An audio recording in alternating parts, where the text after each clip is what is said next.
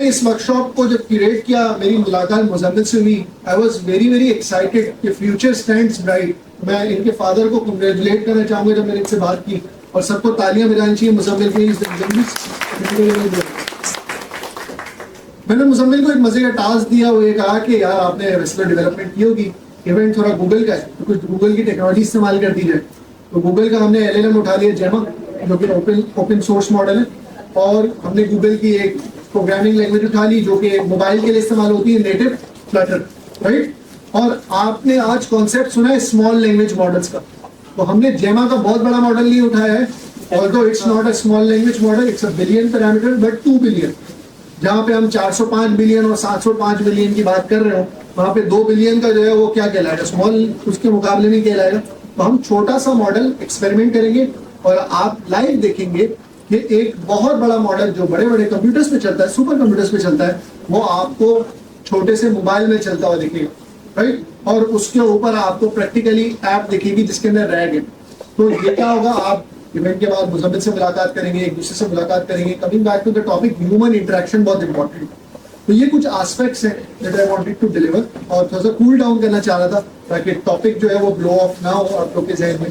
I hope कि आपने आज जो हमने चीजें सीखी हैं, मैं पर्सनली इन इवेंट्स में ना एक हफ्ते के अंदर जितना मैं सीखता हूँ उतना मैं नहीं सीखता। मैं अपने स्पीकर्स का शुक्रगुजार हूँ जिन्होंने मुझे बहुत सारी चीजें क्रैश कोर्स करवा दिया। मास्टर डेक बनाने के लिए सबके रिसीव होते हैं तो सीखने का मौका मिलता है, फिर मैं कोशिश करता हूँ कि वही एक्सपीरियंस आपको एम्पलीफाई और आप तक पहुंच जाए। Make sense?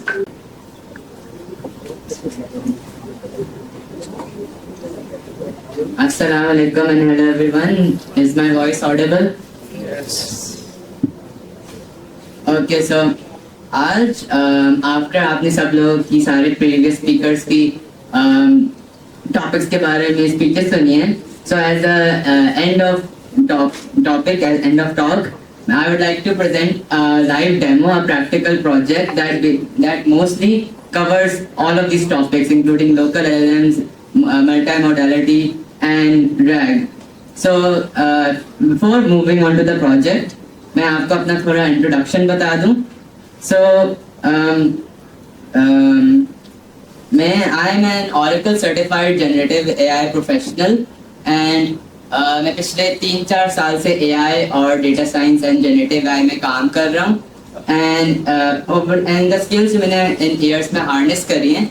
I've taught them at institutions like NED, Marju, and Eastern Michigan University in USA. Skills like such as mostly generative AI, data science, AI, and some IoT and robotics. So my main skills are generative AI, data science, and AI. But I also work with implementing AI in IoT to create smart home solutions and stuff like that. मेरी certifications के बारे में बात करें, so as I mentioned, I am Oracle certified for generative AI professional.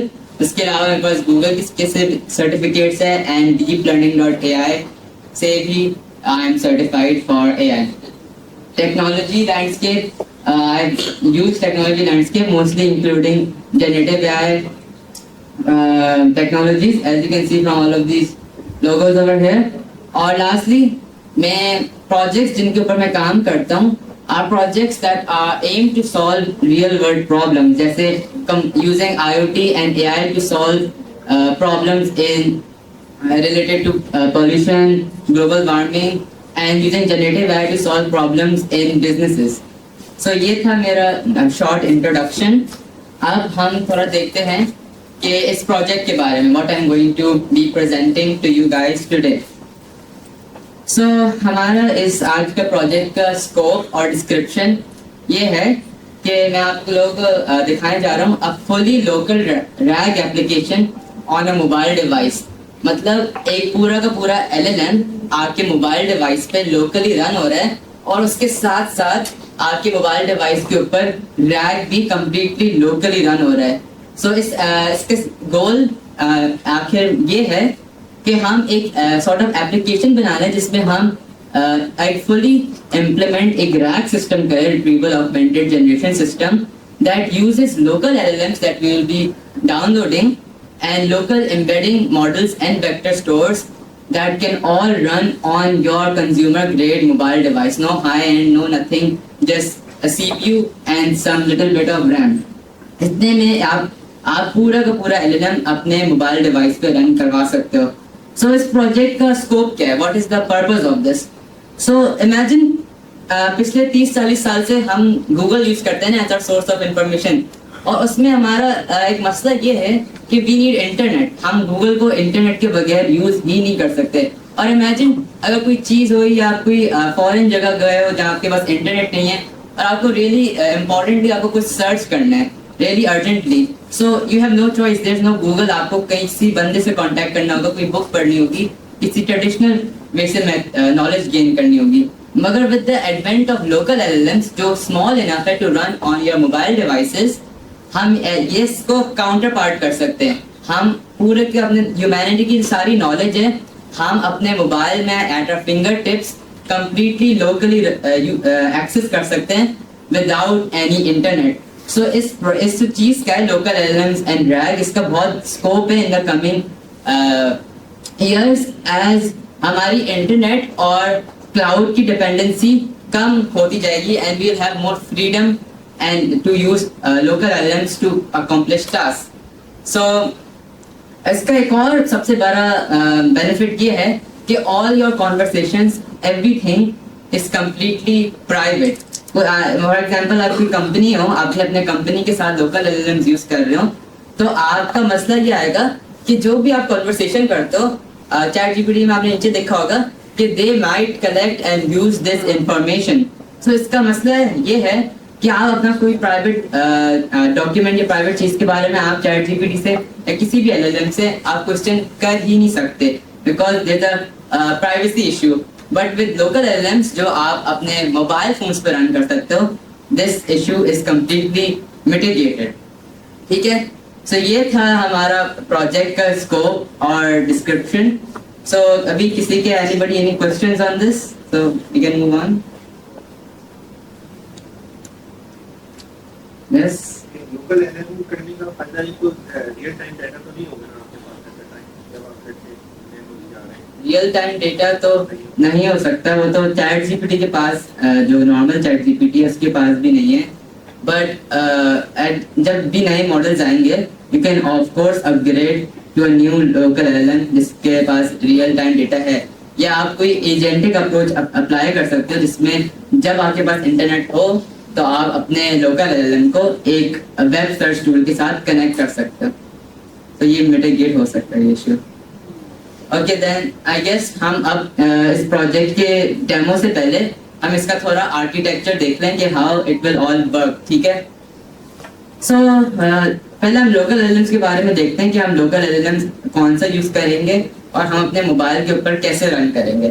ठीक है, so again local LLMs in simple words are open source LLMs. मतलब LLMs जिनके जो weights जो इनके parameters है ना वो सारे open source है, free to download है and are capable of running on consumer hardware. मतलब no internet required and all model calls are completely local. मतलब आप मॉडल डाउनलोड कर लिया अपने फोन में, अब आप जब चाहो आप यूज कर सकते हो.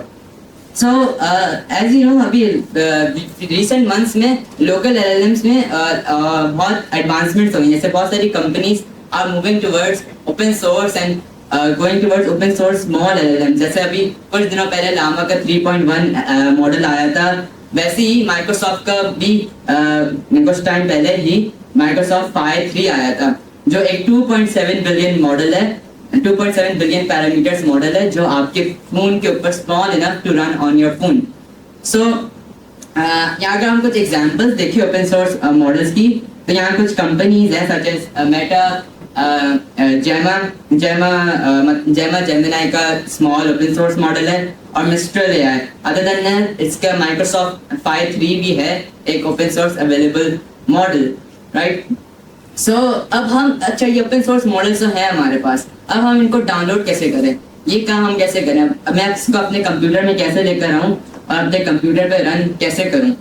सो इसके लिए कुछ टूल्स आए हुए हैं मार्केट में completely free and open source. So there's tools such as Olama and Llama.cpp. Even though इनके names में Llama है, आप इनको किसी भी ओपन सोर्स मॉडल को डाउनलोड करने के लिए यूज कर सकते हैं। आपको कोई हगिंग फेस या कैगल पे आपको कोई ओपन सोर्स मॉडल मिला, आप ओलामा खोलोगे अपने कंप्यूटर पे या llama.cpp एंड आप अपने इस मॉडल को डाउनलोड, इंपोर्ट और यूज कर सकते हो। सो ये अभी टॉप प्रोवाइडर्स हैं for open source model inference, और यही हम इस प्रोजेक्ट के लिए मैंने यूज करा है ओलामा, ताकि मैंने यूज करा है जेमा का मॉडल, जेमा 2 बिलियन पैरामीटर मॉडल, जो किसी भी आई फील लाइक किसी भी फोन में जिसमें 8 GB या इवन 6 GB रैम है वो उस फोन में काम कर सकता है, and even with a simple CPU इतना केपेबल एंड स्मॉल इनफ है this model to run on any device. और आप पूछेंगे कि ये मॉडल्स मुझे मिलेंगे कहाँ पर? सो एज आई मेंशन, ये मॉडल्स आपको प्लेटफॉर्म्स लाइक हगिंग फेस या ओलामा पे आपको मतलब हगिंग फेस और कैगल पे आपको ये ऐसे मॉडल्स मिल जाएंगे। सो ये था हमारा लोकल LLMs के बारे में। So we will be using Ollama for our project today, जो मैंने प्रोजेक्ट बनाया है। Other than that you can also use llama.cpp। अच्छा, ये हो गया हमारा लोकल LLMs के बारे में। इसके बारे में भी हमने बहुत स्पीच भी हुई थी, तो आई थिंक सबको ये क्लियर होगा। अब आते हैं हम थोड़ा दूसरी चीज पे, जो है combining RAG retrieval augmented generation with local LLMs। तो पहले थोड़ा RAG का आर्किटेक्चर देख लेते हैं कि बिहाइंड द सीन्स होता क्या है। So this is the RAG architecture. अभी आप थोड़ा डायग्राम थोड़ा बड़ा कंफ्यूजिंग लग रहा होगा, बट हम इसे स्टेप बाय स्टेप डाइसेक्ट करके देखेंगे। तो पहले समझते हैं RAG क्या होता है in simple words. RAG is the process या technique of connecting your proprietary या प्राइवेट डेटा, कोई भी PDF, कोई भी वेबसाइट, कोई भी यूट्यूब वीडियो या प्राइवेट वीडियो, जो भी, to with a LLM, allowing you to chat with your private data such as PDFs। तो सिंपल वर्ड्स में RAG एक प्रोसेस है, कोई चीज नहीं है, कोई LLM नहीं है, कोई कंपनी नहीं है, एक प्रोसेस है जिसके जरिए आप अपना प्राइवेट प्रोप्राइटरी डेटा को आप एक LLM के साथ कनेक्ट कर सकते हो। सो अभी I explain to you guys कि ये प्रोसेस होता क्या है, कैसे काम करता है।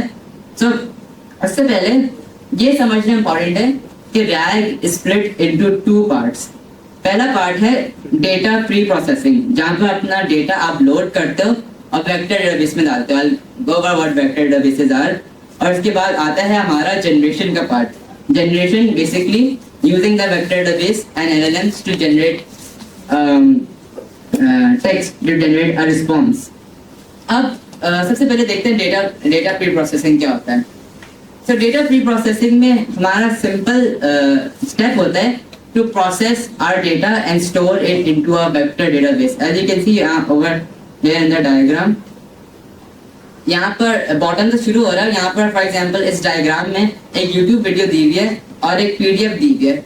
और होता क्या है कि डेटा प्री प्रोसेसिंग में you use something known as document loaders या डेटा लोडर्स, जो भी आप कहना चाहें, और उसके जरिए आप कोई भी जब डेटा देते हो, PDF हो जाए, वीडियो हो जाए, वेब हो जाए, वो सबसे पहले उस डेटा से टेक्स्ट एक्सट्रैक्ट करता है, टेक्स्ट, टेबल्स, कॉलम्स, और उनको चंक्स में स्प्लिट करता है।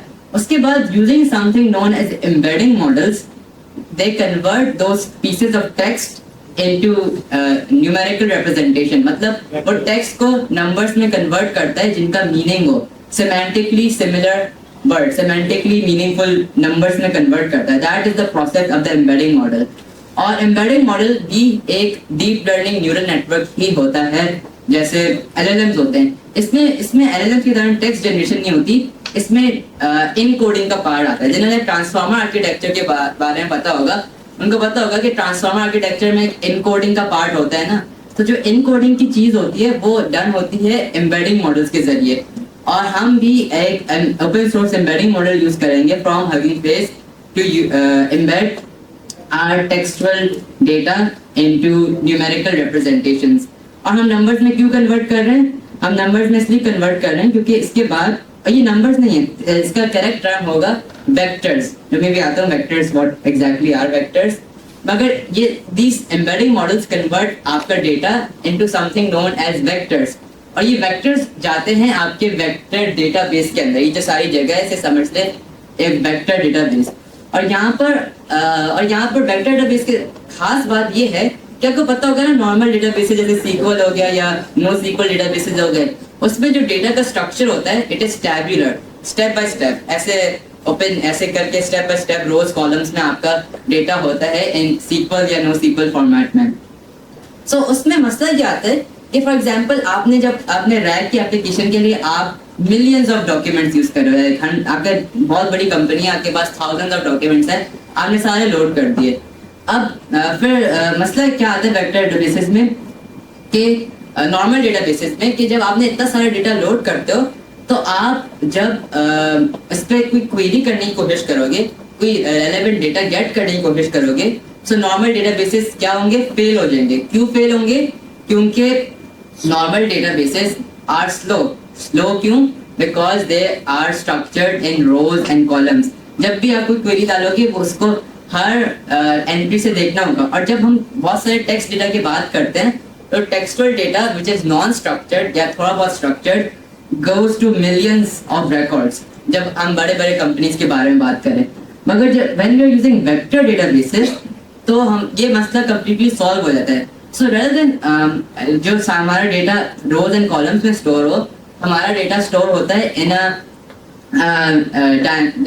मल्टी डायमेंशनल ग्राफ समझ ले, जहाँ पर जो भी हमारे वेक्टर्स थे वो ऐसे करके स्टोर होते हैं जिसके जरिए वो ऐसे फॉर्मेट ऐसे इंडेक्स होके स्टोर होते हैं जिसके जरिए हम 2 सेकंड के अंदर, इवन तो हमारे पास मिलियंस ऑफ रिकॉर्ड्स है, हम 2 सेकंड के अंदर किसी भी इंफॉर्मेशन या किसी भी चीज के बारे में वेक्टर डेटाबेस से रिट्रीवल कर सकते हैं।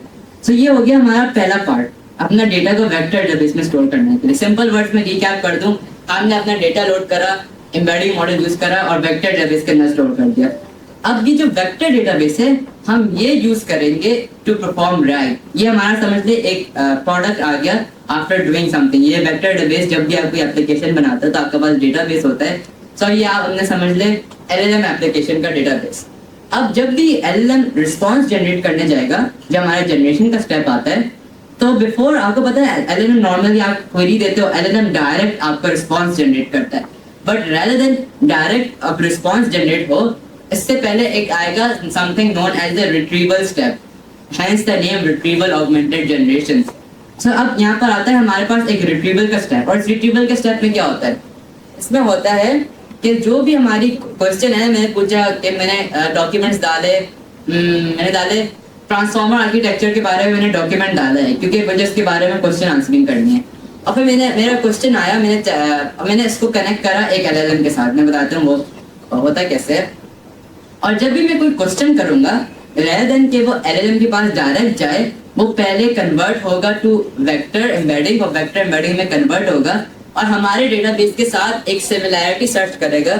और जो भी रेलेवेंट इंफॉर्मेशन है हमारी क्वेरी से, जैसे मैंने पूछा कि ट्रांसफॉर्मर आर्किटेक्चर का बेनिफिट क्या होता है, सो वो हमारे वेक्टर डेटाबेस से वो इंफॉर्मेशन निकाल के हमें रिट्रीव कर देगा। और जब ये इंफॉर्मेशन रिट्रीव होगी, हमारी क्वेरी और रिट्रीव इंफॉर्मेशन दोनों एलएलएम के पास जाएगी। हम बेसिकली एलएलएम को कहेंगे कि भाई ये यूजर का क्वेश्चन है और यहाँ पर थोड़ा कॉन्टेक्स्ट है, यहाँ थोड़ा रेलेवेंट डॉक्यूमेंट्स है, इन डॉक्यूमेंट्स को यूज करते हुए, रेलेवेंट इंफॉर्मेशन को यूज करते हुए यूजर का आंसर जनरेट करो। और ये हो जाता है हमारा रैग का सिस्टम कंप्लीट। यहाँ जनरेशन का step, in generation before user query goes to LLM, it is augmented with relevant data from vector database as context. Using the newly attained context, an answer is generated backed by data provided by you. तो इन simple words, आपने data process करा, vector database में आ गया, perfect. अब जब भी आप कोई क्वेश्चन पूछोगे, सो एलएलएम के पास डायरेक्ट क्वेश्चन जाने की जगह वो वेक्टर डेटाबेस से रेलेवेंट इंफॉर्मेशन निकालेगा और फिर एलएलएम को कॉल करेगा। इसके जरिए बेनिफिट क्या होता है? इसके जरिए होता ये है कि हमारा LLM is not dependent on वो डेटा जब वो प्री ट्रेनिंग में सीखा था। फॉर एग्जाम्पल, आपको कोई कस्टमर सपोर्ट चैटबॉट बनाना है एक कंपनी के लिए। अब उस कंपनी के पास बहुत सारा प्राइवेट डेटा होगा, बहुत सारी प्राइवेट चीजें होंगी जो चैट जीपीटी को नहीं पता। अब चैट जीपीटी तो प्री ट्रेंड है, वो ओपन सोर्स है नहीं, तो आपसे आगे ट्रेन नहीं कर सकते, इसके साथ आप आगे कुछ ज्यादा कर नहीं सकते।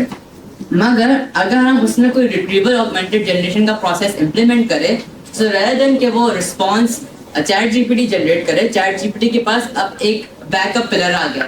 बैकअप डेटाबेस आ गया, जहाँ पर जब भी इसे किसी क्वेश्चन के बारे में एक्स्ट्रा इन्फॉर्मेशन चाहिए होगी, या इसे लग रहा होगा कि ये क्वेश्चन मुझे नहीं आता इस क्वेश्चन का आंसर, मुझे इसके लिए कस्टम इन्फॉर्मेशन चाहिए, तो वो जाएगा हमारे वेक्टर डेटाबेस में। तो ये हो गया हमारा रैग आर्किटेक्चर, और सिंपली इसका की कंपोनेंट होता है हमारा वेक्टर डेटाबेस, जो हमारे दोनों स्टेप्स को कनेक्ट करता है। सो ये थोड़ा क्विक एक्सप्लेनेशन थी रैग की, ये इससे ज़्यादा डिटेल में जाता है रैग, बट आई होप सबको एक अच्छा सा आइडिया हो गया होगा कि what RAG is. So any questions about the RAG architecture?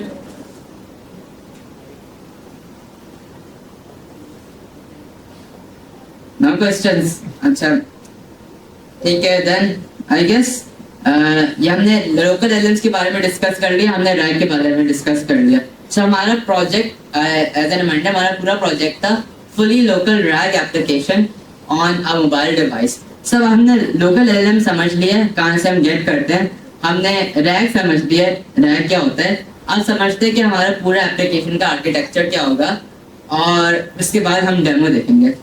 सो इधर है मैंने यहाँ बनाया है एक हाई लेवल ओवरव्यू हमारे मेरे इस प्रोजेक्ट का, इस एप्लीकेशन का, जिसमें सबसे पहले हम ओलामा से दो चीज़ें गेट करते हैं। एक ओपन सोर्स एलएलएम गेट करते हैं सच एज जेमा या Phi3, और फिर हम एक एम्बेडिंग मॉडल गेट करते हैं। मैंने यहाँ पर यूज करी हगिंग फेस की ऑल मिनी एलएम एम्बेडिंग्स। उसके बाद we use a framework known as LangChain, which is simply एक फ्रेमवर्क है जिसके जरिए आप LLM एप्लीकेशंस और RAG applications, this sort of generative applications बनाने में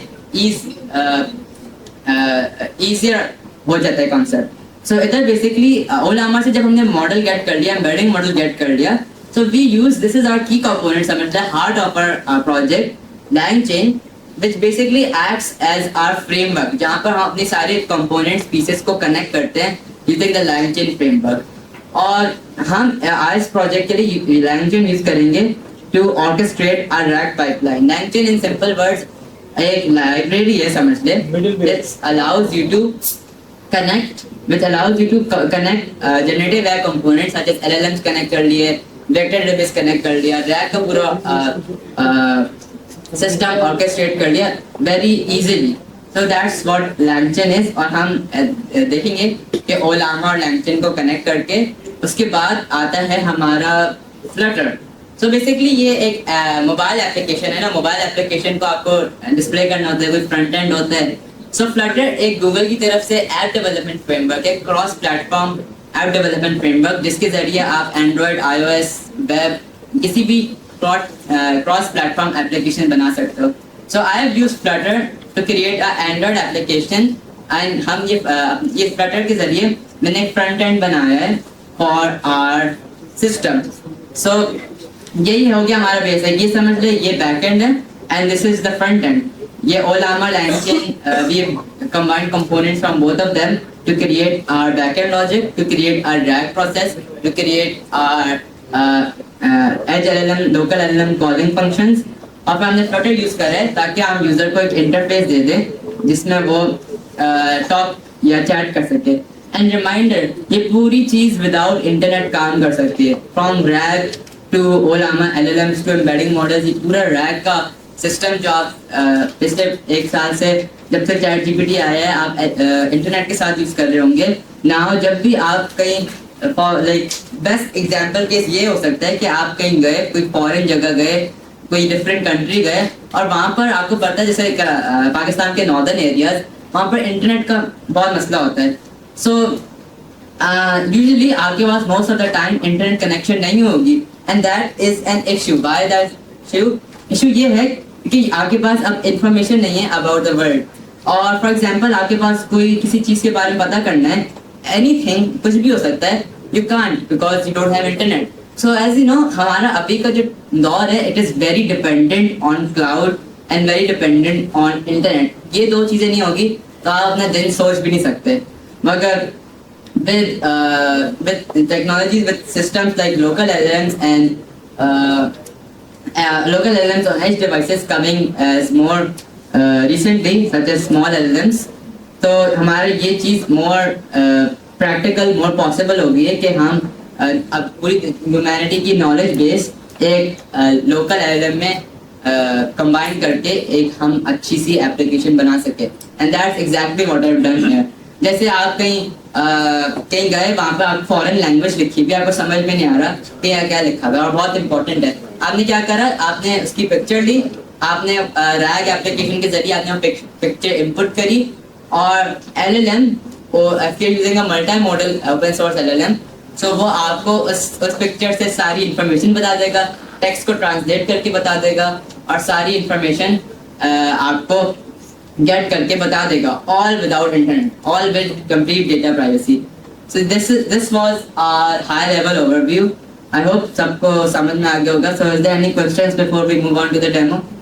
यस, क्योंकि आपने बताया कि पिक्चर लेगा और उस पे रैग अप्लाई करेगा और एक्सएलएमएस के साथ वो अपना बता देगा, इसमें रैग का यूज किया है।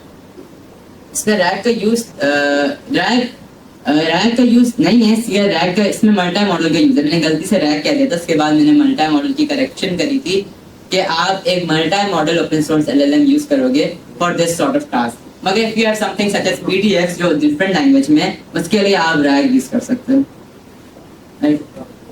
Any more questions before we move on to the demo? Okay then, so यहाँ डेमो की वीडियो दिखाता हूँ आपको।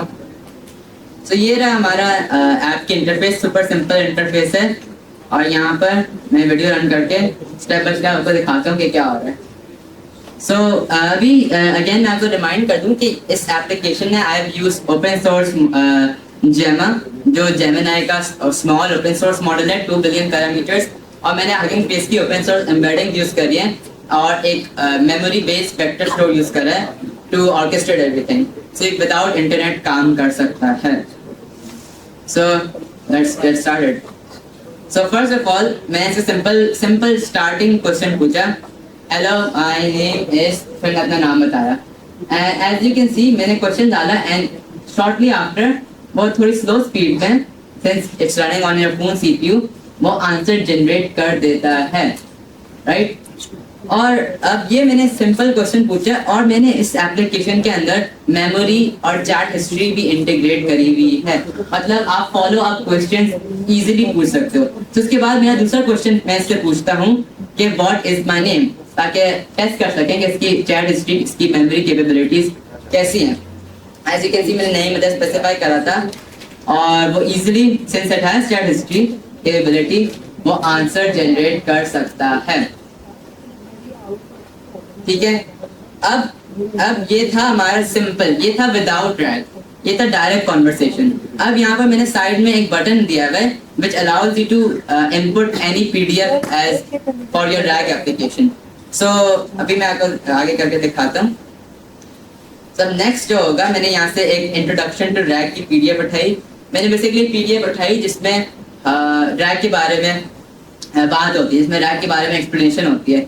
और एज यू कैन सी इधर अब आते हैं यहाँ पर loading your data. So loading your data में क्या हो रहा है, अब ये जो प्रोसेस, ये वो वाला प्रोसेस हो रहा है डेटा प्री प्रोसेसिंग वाला स्टेप, जो मैंने आप लोगों को रैग के आर्किटेक्चर में बताया था। सो अभी मैंने जब इसे डेटा सेंड करा, तो वो पहले डेटा को एम्बेडिंग मॉडल के जरिए वेक्टर्स में कन्वर्ट करेगा, और फिर वो वेक्टर स्टोर में इस डेटा को इनपुट करेगा। सो दैट्स व्हाई अभी यहाँ पर लोडिंग हो रही है, ठीक है। और यहाँ पर बहुत क्विक स्पीड में वो डेटा लोड कर देगा, and then we can start our question answering. So हमारा डेटा लोड हो गया है। अब इधर गया, अच्छा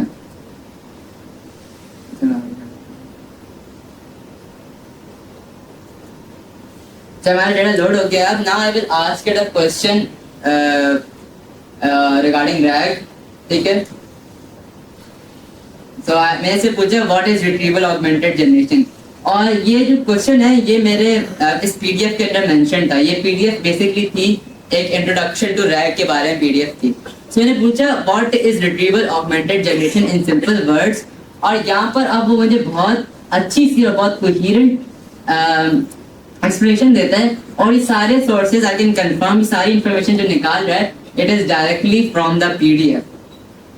सो यहाँ पर मुझे सारी चीजें एक्सप्लेन करता है कि RAG is a technique that helps AI system generate more accurate and relevant responses, and again it's running completely without internet. अभी यहाँ पे मैंने इंटरनेट बंद करके नहीं दिखाया, अभी इसके बाद एक और है, यहाँ को इंटरनेट क्लोज करके दिखाऊंगा कि तब भी काम कर रहा है. सो अभी जनरेट करते रहेगा पूरे सिस्टम, पूरा response, and then let's see it running without internet on. ठीक है,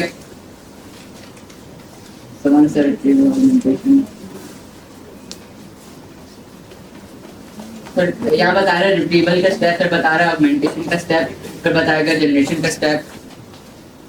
ठीक है, सर इसे थोड़ा आगे कर सकता हूँ जब तक खत्म हो जाए.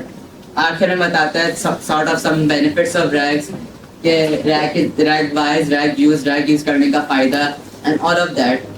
सो ये आखिर के कुछ 3 पॉइंट्स उसके बाद एक समरी देता है, एंड देन हमारा आंसर जनरेट हो जाता है. So as you can see ये बहुत ही केपेबल मॉडल है. इसको मैंने इतना सारा डेटा नहीं दिया, इसकी कॉन्टेक्स्ट विंडो भी ठीक ठाक है और इसका आउटपुट रिस्पॉन्स भी ठीक ठाक है. जो न्यूचुअली मैंने ट्रेंड नोटिस कर रहा है स्मॉल एलएम्स के साथ कि उनका रिस्पॉन्स भी स्मॉल होता है, मगर ये जो जेमा जो एलएलएम है फ्रॉम गूगल, ये ठीक ठाक अच्छे खासा रिस्पॉन्स देता है which is perfect in size. इसमें सारी चीजें कवर हो जाती हैं regarding your question. So as you can see इसने रिस्पॉन्स के साथ कवर कर लिया. आखिर में इसने एक sort of real life example भी दिया. RAG is like a librarian who first searches through a library of books to find the most relevant ones for a question. Then the librarian uses those books to help him write a book on the topic. So basically यही इससे RAG की बहुत अच्छी सी explanation दी है using the database, using the data I provided it. Now अब हम देखते हैं इसके बाद वीडियो के आखिर में था हमारा डेमो विदाउट इंटरनेट. ठीक है,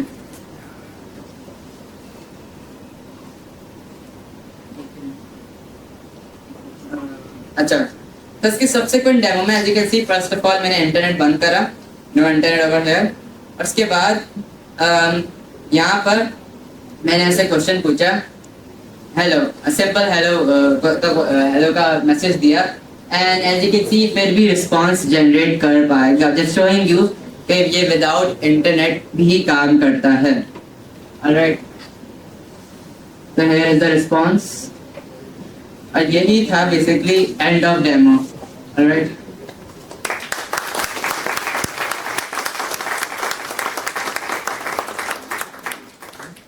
so with this sort of applications हमारी बहुत सारी अपॉर्चुनिटीज, बहुत सारे सिस्टम्स खुल जाते हैं कि for in the near future जब मैन्युफैक्चरर्स अब फोन बना रहे होंगे तो वो अपने फोन में एक लोकल एलएलएम इंटीग्रेट करके बनाएंगे. और in the near future I am hopefully sure कि जब भी अब डेवलपर्स क्या करेंगे कि वो अपने जो मैन्युफैक्चर होते हुए जो एलएलएम फोन के अंदर था वही एलएलएम यूज करेंगे to do some generation retrieval, generation, any sort of these tasks. So I think this is the future of AI, which is local LLMs on edge devices. ये LLM इतना छोटा है कि I'm sure कि this can also run on something like a Raspberry Pi. So ये था demo. I hope सबको अच्छा लगा, सबको समझ में आया. So anybody has any questions? Yes. मेरे कुछ मल्टीपल सवाल हैं क्योंकि मैं भी एक एलएलएम एप्लीकेशन पे काम कर रहा हूँ, एक वेब एप्लीकेशन में. तो हम लोग अभी मोबाइल पे मूव हो रहे तो आपने शेयर किया, तो मुझे लोकल के हवाले से कुछ सवाल आ रहे हैं. तो मैं ये पूछना चाह रहा था कि आपने जो वेक्टर डीबी इस्तेमाल किया है, तो जब हम लोकल में प्रोसेसिंग करते हैं तो सारे लोड आएगा मोबाइल पर, ठीक है. तो जब हम 4 तो 5 लाइन की अगर PDF डाल देते हैं, तो अगर मैं जो यूज़ कर रहा था वो पहले क्रोमा DB यूज़ कर रहे थे, फिर हम कॉर्डिनेट पे शिफ्ट हुए. आप कौन सा वेक्टर डीबी यूज कर रहे हैं इसके अंदर?